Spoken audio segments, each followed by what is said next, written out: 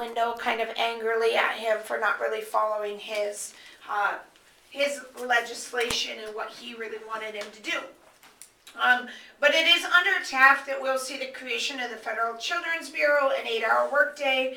The Mann-Elkins Act will extend the power of the ICC, and in 1910 it will help it to regulate the telephone, the telegraph, and cable wire underneath that ICC. In 1910, additionally, we will see the creation of the Postal Savings Bank system, which basically allowed for the post office to receive savings departments, and then they paid about 2% per year on those savings. He will suspend new railroad rates, and he also, for the most part, looks more conservative with Roosevelt's more progressive legislation. In particular, in one place in which he really kind of breaks from Roosevelt is that he will break up U.S. Steel, which was a merger that Roosevelt himself had, quite frankly, approved that merger, and so Roosevelt takes it as a personal attack on his integrity, even though Taft never meant it to be an attack on his integrity whatsoever at all. When it comes to conservation, he either equals or outdoes the conservation of Theodore Roosevelt. It is under Taft that we'll see the Bureau of Mines created, and he works to rescue millions of acres of exploited land, and tries to put that underneath, or tries to conserve it. However, a lot of his conservation largely gets overshadowed, by the Ballinger-Pinchot controversy. The Secretary of Interior was a guy by the name of Richard Achilles Ballinger, and he opens up public lands in Wyoming, Montana, and Alaska for development to corporations. Pinchot basically criticized this. He's basically the chief of the Agricultural Division of Forestry, and he largely criticized this act, arguing that it was therefore not allowing, or it was preventing the conservation of these lands, and that they should be actually saved. However, Taft, instead of listening to Pinchot, he dismisses Pinchot for insubordination. He basically fires him. Although a congressional committee will exonerate Pinchot, saying that no, he was not being insubordinate, etc. But by allowing and by opening up these public lands for development, it pissed off the conservationists, and it also pissed off Roosevelt. So much so that in 1912, Theodore Roosevelt is so angry at Taft that he decides that Taft should not be running for another term in office. However, the Republican Party will go ahead and they will nominate Taft for their nominee in the 1912 election. However, Roosevelt, so frustrated about this split from the Progressive Party that he had created, and so frustrated and pissed off about the conservation issue with Taft, he decides that he is going to run for a third term in office. Now, according to Washington, should a president ever have more than 2 terms in office? No. However, Roosevelt argues that it's okay for him to have a third term in office because they were not consecutive terms. In other words, he was in for 2, he was out for 1, now he can go back in. So he says, my hat is in the ring. But Theodore Roosevelt, not gaining the Republican ticket, he will run as a progressive candidate. The progressive ticket actually originally doesn't even want Roosevelt. They want Robert Lafayette out of Wisconsin. It is Lafayette who is largely responsible for creating a greater push for democracy at the Wisconsin level, and then ultimately at the national level. It is Lafayette that will call first and foremost for the initiative, referendum, and the recall. Under the initiative, referendum, and the recall, I'm trying to think, did I have it someplace? I thought I did, but maybe I didn't. I want to make sure that I don't forget to talk about it. I do have it. It's just later. Okay.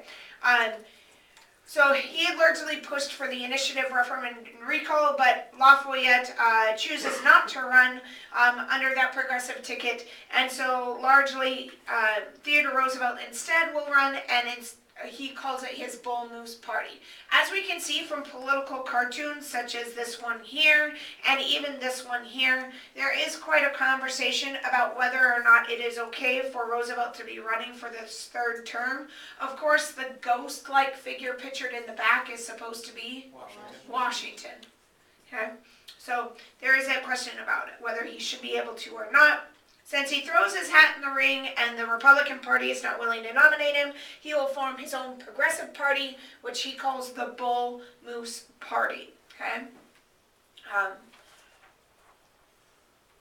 Under the Progressive Party, they will meet first in Chicago in August, and they largely will try to culture a middle class group as their key target audience, as well as journalists and social workers, settlement house workers, and young lawyers, the same people who had largely pushed the Progressive Party forward.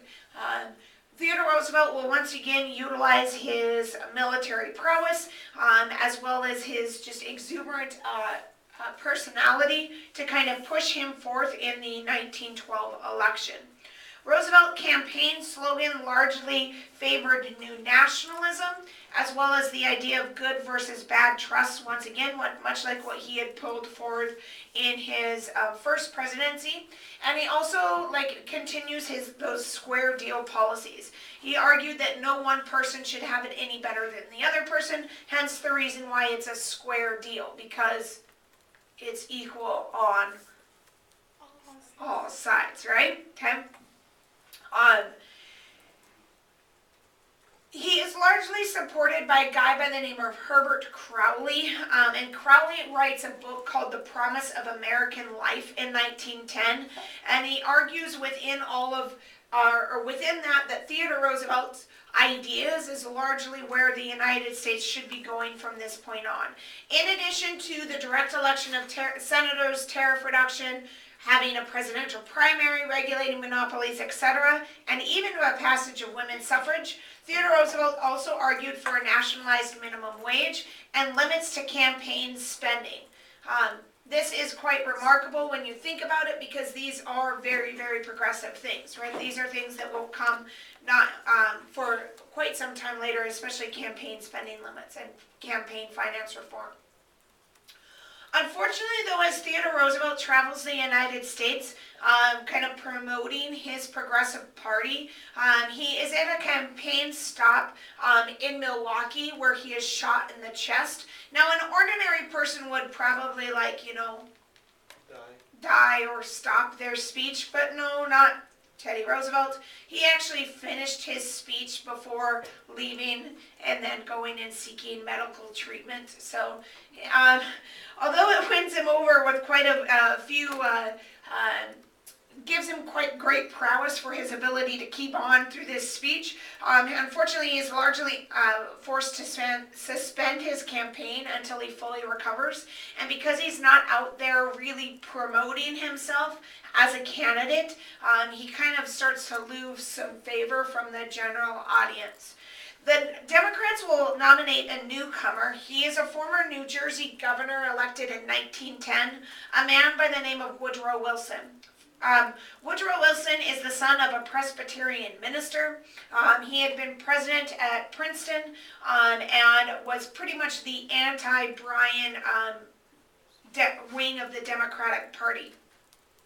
He too believed in antitrust and the breakup of the trust. He also believed in monetary change, tariff reduction, and he promoted what he called his new freedom, in which he emphasized the ideals of small businesses and free competition, arguing that monopolies should be destroyed. He often, though, shunned social welfare and argued that these things were state issues, and argued that society should be governed by God's moral law. Wilson was not nearly as progressive as Theodore Roosevelt in many ways. He often talked about the fact that women and minorities were in the place in society they were because God wanted them to be there. And if God had wanted women to rule the world, then he would have made women different. You're not a fan of this president? I'm not a huge fan of Woodrow Wilson. Just throwing that out there. Yeah, it sounds like a real douchebag. Okay. Woodrow Wilson, as he's not, but Woodrow Wilson as a presidential candidate, and before he was active in Princeton, he's actually a historian. That is his trade. So you can actually read the histories of Woodrow Wilson. They're an interesting read in some regards, but it definitely, his histories are very much written from the white male perspective, which he is, so it kind of makes sense. But a lot of his histories very much paint African Americans in a negative light, as well as women, and also when he talks about the Civil War, he talks about it more of an issue of states' rights than an issue over slavery. So in some ways, people looked at Woodrow Wilson as kind of being backwards in a lot of his thought at the time. But when we compare his new freedom to the new nationalism of Teddy Roosevelt, both have, to some extent, some similar goals, in that both of them favored not having monopolies and having more small businesses rather than these big, huge businesses. But we see some differences in that Roosevelt's new nationalism actually extends greater democracy to others, where Wilson's new freedom does not extend that democracy. When we look at the campaign in the election of 1912, quite frankly, Taft really doesn't do any campaigning whatsoever at all, which makes a lot of sense when we think about Taft as who he is. Taft, really the reason why he was elected the first time around was because of the endorsement of Teddy Roosevelt and the exuberance of Teddy Roosevelt. Without that, Taft is just kind of like, So people vote for Taft because of the things that he's done, but not because he's actually out there actively campaigning. But because we have the Republican Party split by Woodrow Wilson and, by Theodore Roosevelt and by Taft, we see that the only result that can come out of that when you split the one political party is you wind up with the other, and that's exactly what happens. So an elephant divided by a moose is a donkey. I get it. Huh. Okay. Yes, no, somewhat so. Okay.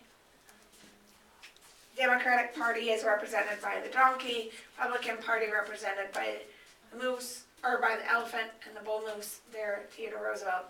I love the glasses on the moose here. It just makes me giggle. What's that? I like the moose too. He's funny. Okay. The Democrats not only win the presidency, but they also win a majority in Congress as well. Debs will run from office as a socialist, receiving nearly 1 million votes. FYI, Debs is, this is one of the times that he gets the most amount of votes. He gets a little bit more the next election around, in the 1916 election when he's actually in jail.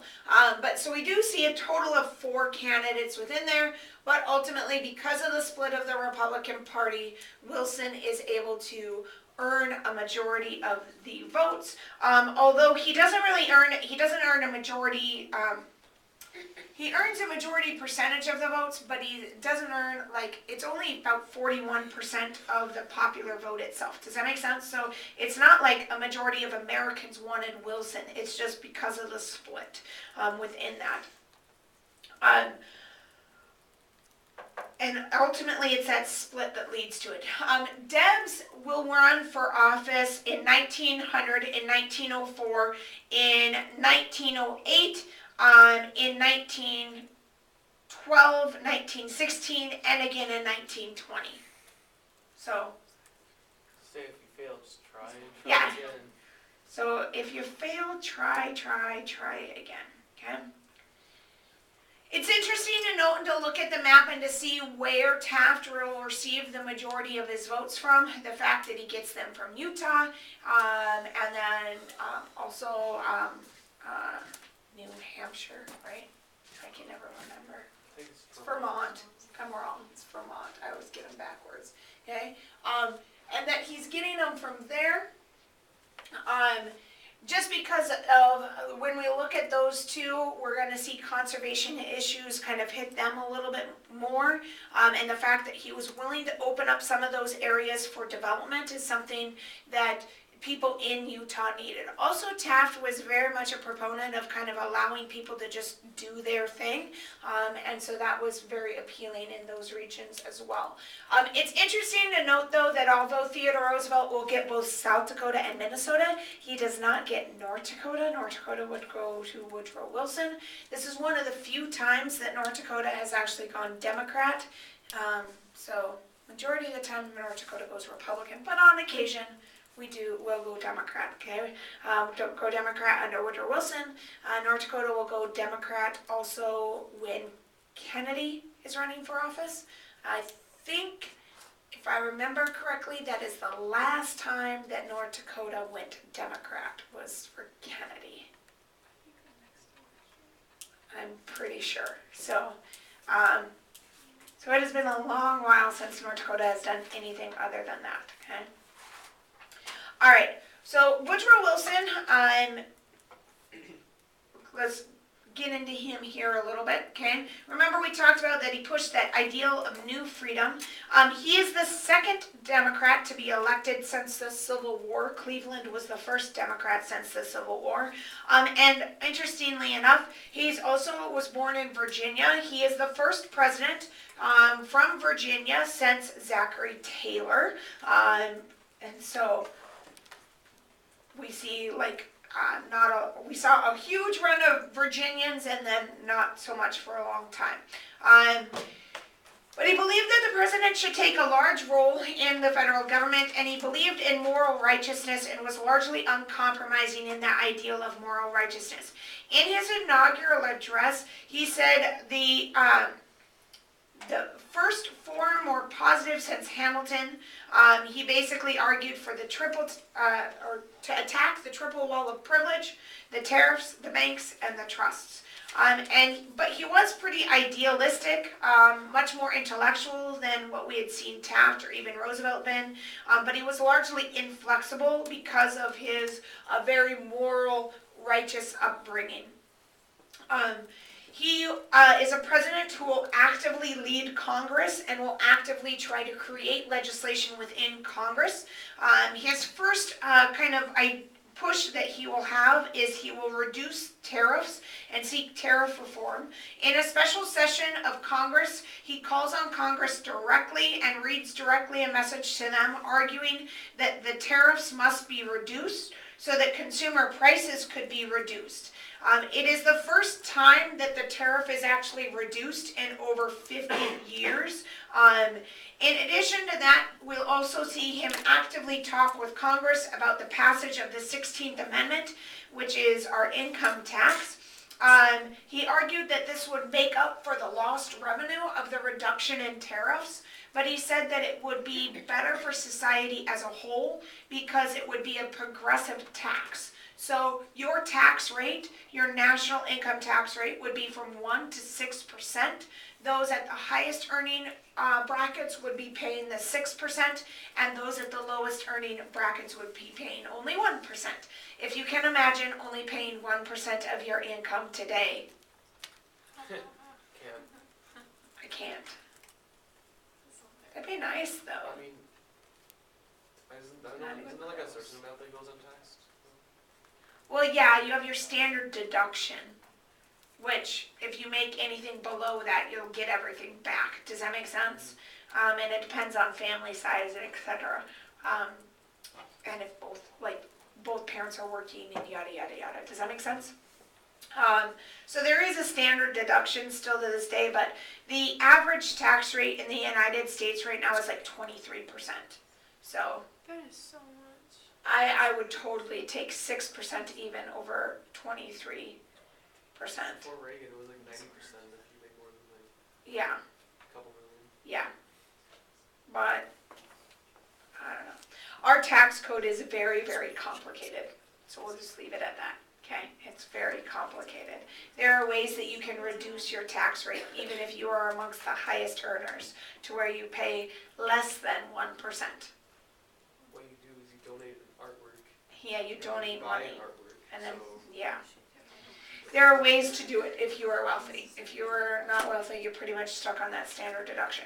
For banking reform, he believed that the gold standard was too inflexible. And he believed also that the banks were not serving in the public interest, that instead they were serving Wall Street. So, again, going directly to Congress, he urges Congress to create greater stability and flexibility. And to do this, he urges Congress to pass the Federal Reserve Act. The Federal Reserve Act took America off of the gold standard. So it took us off the gold standard. Our money would have value because the government would promise that it had value and promise to fulfill any debts required by it. In addition to that, he also created through this the Federal Reserve Board, which created 12 regional banks. Each of these banks in the country had to deposit 6% of their deposits had to go into the Federal Reserve Bank, and then the Reserve Bank would make out loans and issue currency to the other banks. He believed that this would allow him to shore up banks that were in trouble, respond to credit changes, and also help him to raise or lower interest rates to deal with inflation, okay, and deflation in the economy, and to kind of stabilize the economy greater as a whole.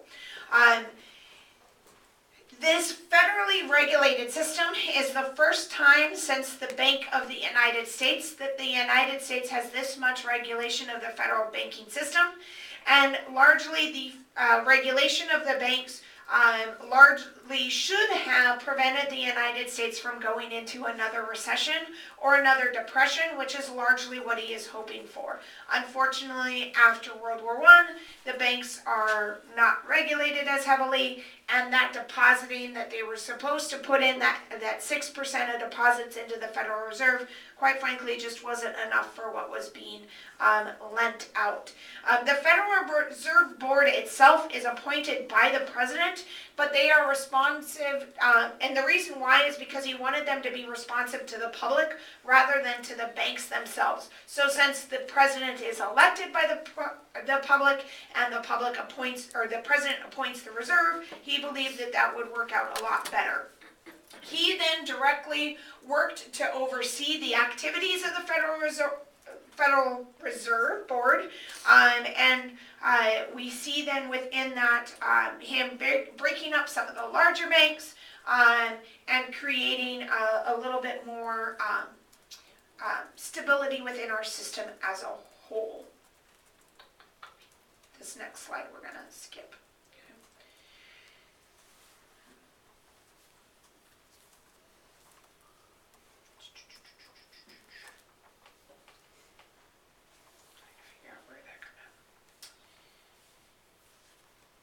He also will seek in 1914 to further crush monopolies at their source, as he said, and so he will appoint a presidential commission to monitor the industries, which would then issue cease and desist orders to prevent them from violating laws. He utilizes the Federal Trade Commission to do this, but then we'll see a huge onset of additional acts, all of which are sought to kind of create greater regulation within our industries and create greater power. Because the Sherman Antitrust Act had largely been used to break up unions, we'll see the passage of the Clayton Antitrust Act, which allowed for a kind of a safe harbor for unions because they couldn't be prosecuted as a trust. In addition to that, we'll see that in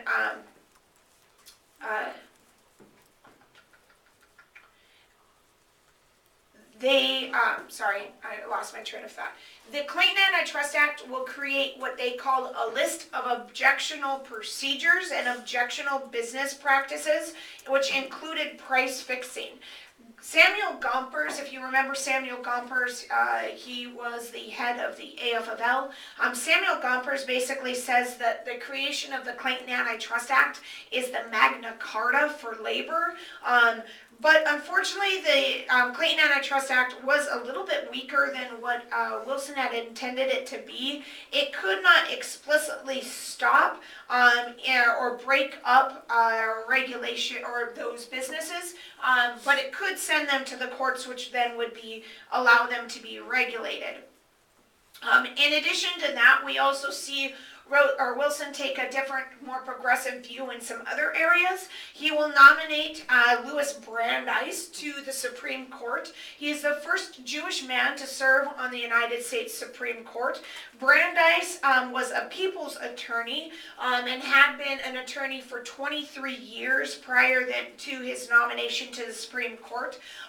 He's largely considered one of the pioneers of modern law because he creates a new type of appellate legal brief, which is basically a legal argument that is a little bit shorter. It also has a tendency to be more scientific based and also to deal with more like social reform kind of issues. These briefs were named Brandeis briefs. So if you've ever heard of a Brandeis brief with anything leading to law, or if you want to become a lawyer, guaranteed you will know what a Brandeis brief is. Does that make sense? Okay, because like I said, it's that kind of a more shortened argument that was a lot easier for people to utilize in proving their cases and using science to prove their case. We'll see in 1916 the creation of the Kern-McGillicuddy Act, which basically creates for the first time in the United States a workman's compensation law. So if you get hurt on the job, you would actually have some sort of recourse rather than just, sorry, you're hurt on the job, that sucks, too bad. In 1916, we'll see the passage of the Keaton-Owen Child Labor Act, which gets rid of child labor entirely in the United States. However, that law is actually overturned and outlawed in 1918, as it was said that it violated state powers. The case that outlaws it is a case called Hammer v. Dragnet. That's quite the title. I believe it's Dragnet. Let me double check. Nope, I'm sorry, it's not. I lied. It's Dagenhart. But I think it's spelled like that, H-A-R-T. Yeah, that's right. So that actually outlaws the Keaton-Owen child labor law. However, we will see other child labor laws try to come in to replace this that allows the federal, and basically they say it violated state laws and that's why it's outlawed. They come back with the idea that because of products being sent throughout states and not just staying within the state, it gives the federal government greater ability to regulate labor. And so we'll see then the beginnings of trying to create child labor laws that limit children's number of hours that they can work per day and what the environments that children can work in. In addition, we'll see the passage of the Adamson Act in 1916, which provides an 8-hour work day, for railroad workers, but it only works for railroad workers. It doesn't apply to everybody else. The only reason they can do that for railroad workers is because the railroads,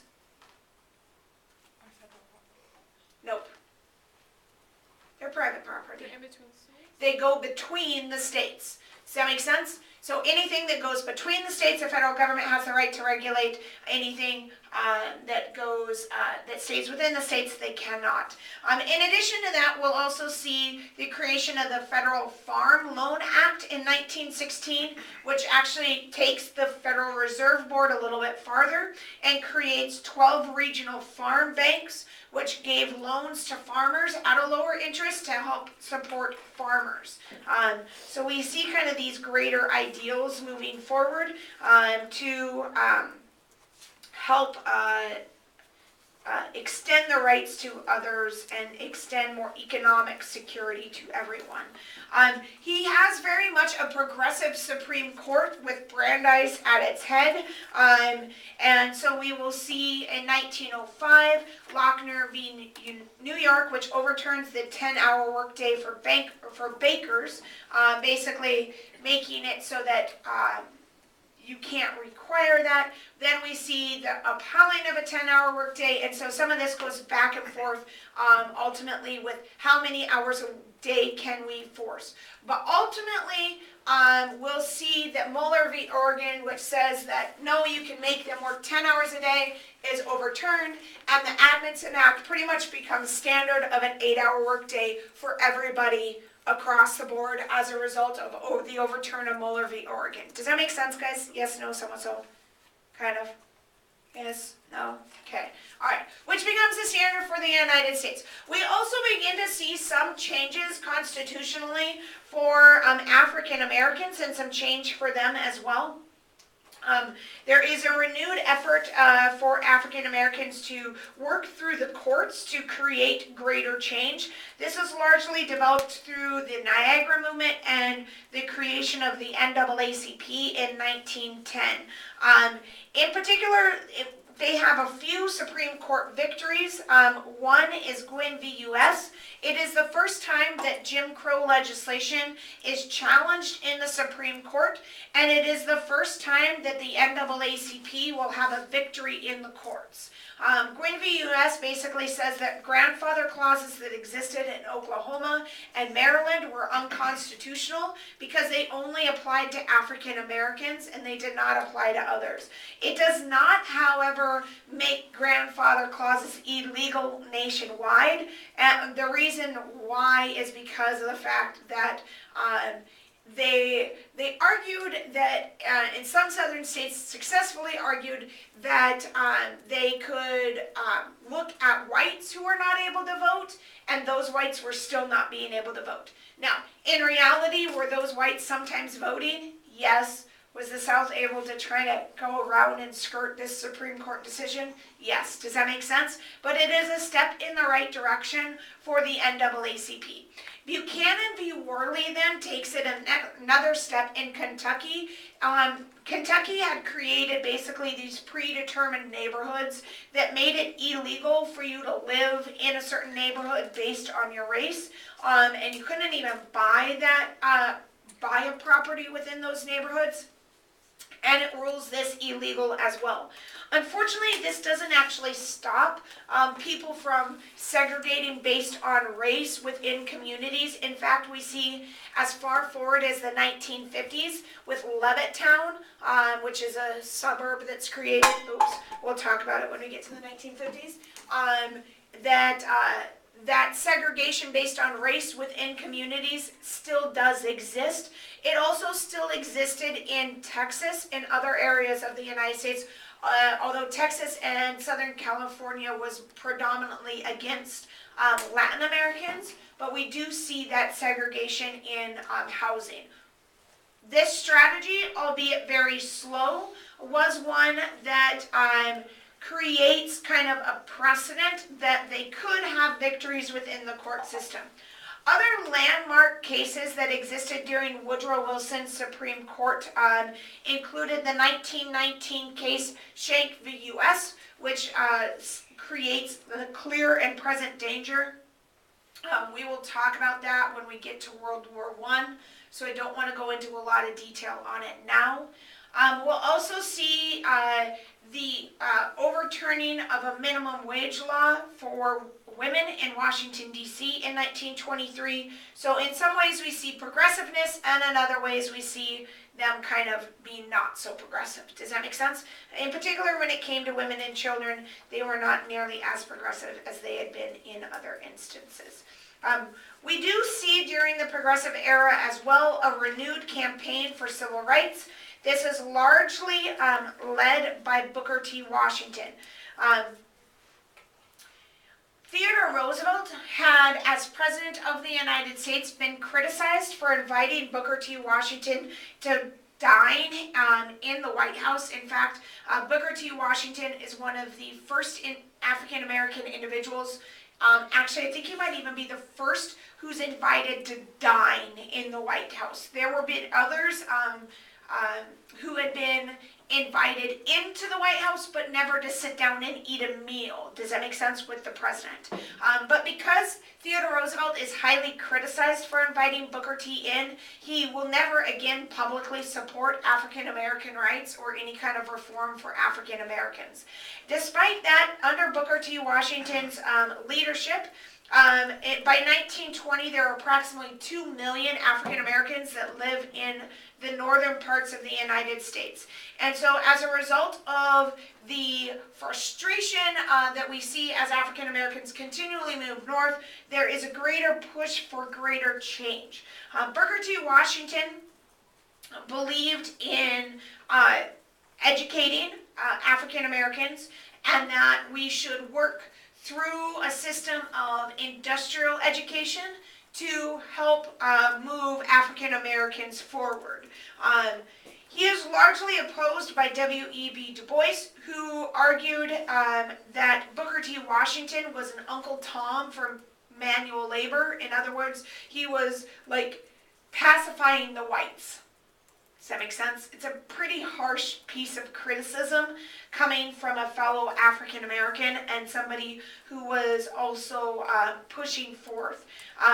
But because we saw in 1905 lynchings increase in the United States rather than decrease, W.E.B. Du Bois believed there needed to be an immediate end to discrimination. And so he creates a political agenda to that aim. The Niagara movement only lasts about 4 years, 1905 to 1909, but he believed within this that the right to vote should be restored. They should abolish segregation, remove discriminatory barriers, push for greater freedom of speech, and have an overall brotherhood of man. Largely, this is inspired by the antebellum abolitionists. He did call for an immediate end to segregation. However, he also believed in what he called the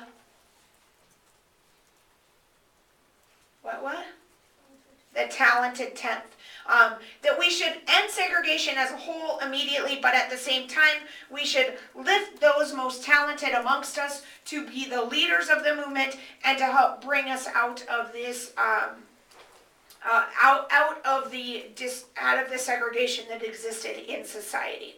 In 1909, they will meet at Springfield, Illinois, largely because in Springfield, Illinois, there had been a series of racial riots over tensions from housing and industrial jobs. And at the national conference, they argued that they needed to treat the Negro on a plan of absolute and political social equality. They called in all believers of democracy to attend, and so many white progressive reformers attended the national conference.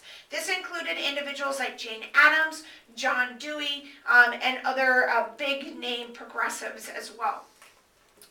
Du Bois ultimately is named the public director, and he begins to publicize a magazine that publicly criticized and protested for African American rights called The Crisis.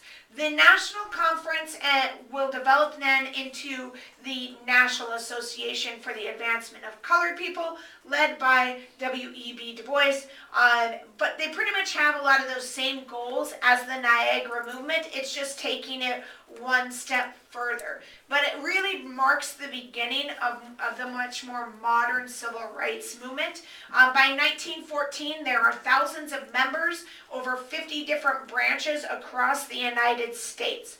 As a result of the work of the NAACP, literacy rates between 1900 and 1910 will be cut in half, and land ownership in the United States by African Americans will increase by over 10%. So we are seeing African Americans gain greater standing ground, okay, and moving forward.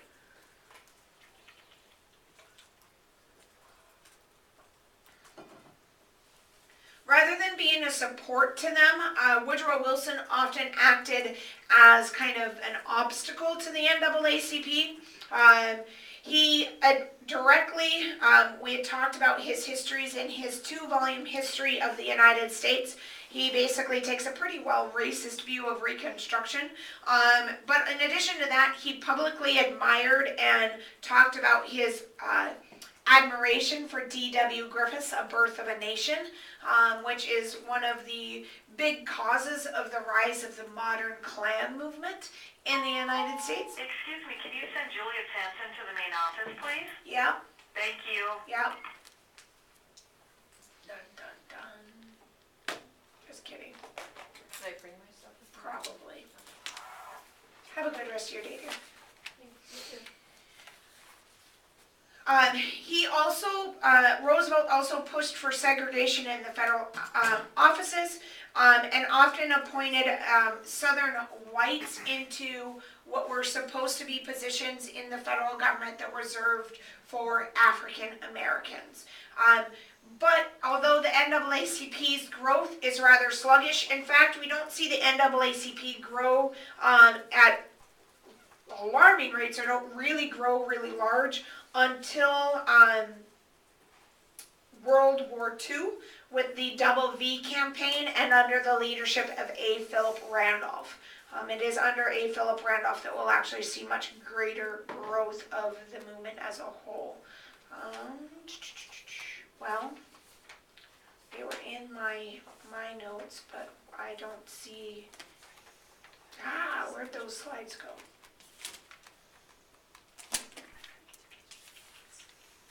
Nope.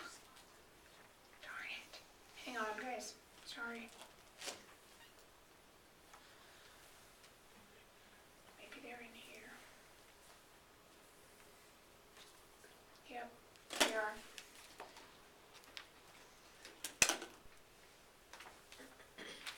Okay, so let's talk a little bit about some other areas where we'll see changes.